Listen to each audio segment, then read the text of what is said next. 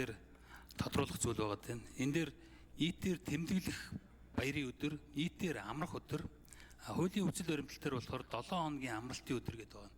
Тэгэхээр энэ хуулийн төслөөр болохоор нийтээр амрах өдөртөө давхцсан бол гэд ирэхээр ойлголтын хувьд бас одоо төөрөлтгөр юм агуулга байгаа юм.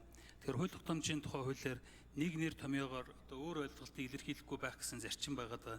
Тэгэхээр энүүгээр хараад үзэхээр энэ нийтээр тэмдэглэх баярын өдөр 7 хоног бүрийн амралтын өдөртөө давхцсан бол нийтээр амрах өдрийг дараагийн ажлын өдөрт шилжүүлнэ гэж өөрчлөлт найруулвал одоо иймэрхүү байдлаар өөрчлөхгүй бол юм давхар утгатай юм шиг ойлгогдоод байна. Тэр өөрөөр хэлбэл нийтээр амрах өдөр гэдэг дотор чинь нийтээр тэмдэглэх баяр чинь орцсон байгаа.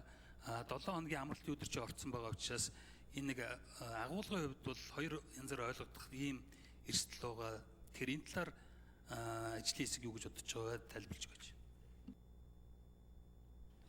За хариулт өгье. Уян гишүүн. За нийтээр тэмдэглэх баярын өдөр нийтээр амрах өдөртөө давхцсан бол дараагийн ажлын өдөрт шилжүүлнэ гэсэн 6-гийн 4 гэсэн заалтыг бол нэмэхээр энэ одоо хуулийн төсөл өргөн баригдсан байгаа. Тэгэхээр нийтээр тэмдэглэх баярын өдөр гэдэг нь одоо нийтээр тэмдэглэх баярын болон тэмдэглэлт өдрүүдийн тухай хуульд заагдсан байгаа 9 баяртай холбоотой өдрүүдийг бол хэлж байгаа. Нийтээр амрах өдөр гэдэг нь болохоор одоо хагас бүтэн сайн өдрүүд ням гаргуудыг бол хэлж гин гэж ойлгогдож одоо энэ өгүүлбэр бол бичигдсэн байгаамаа. Тэгээ хэлц хэсэг нь шийдэгдээд тэгээд яг найруулган дээр улсын хурлын тамгын газар дээр нэлээд сайн яригдаж болох бах. Гэхдээ бол бидний гол зорилго хуулийнхаа энэ зохицуултыг тодорхой болгох байгаа.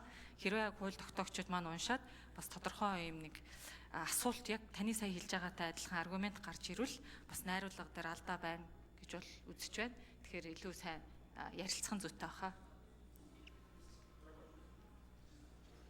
За их төвшин гишүүн тодруулж сууя. Яг тийм асуудал гараад байгаа. Нийтээр амрах өдөр гээд ирэхээр энэ өөрөө нийтээр тэмдэглэх баярын өдрийг агуулад байгаа учраас тодорхой болох үднэс 7 хоногийн амралтын өдөр гээд найруулах нь илүү зөв болох юм гэсэн юм бодолтой байгаа. Тэгээд ажлын хэсэг гараад хэлц хэсэг дэмжигдүүд ажлын хэсэг дээр зарчим зөрүүтэй санал оруулаад оруулъя гэсэн юм бодолтой байна. Баярлалаа.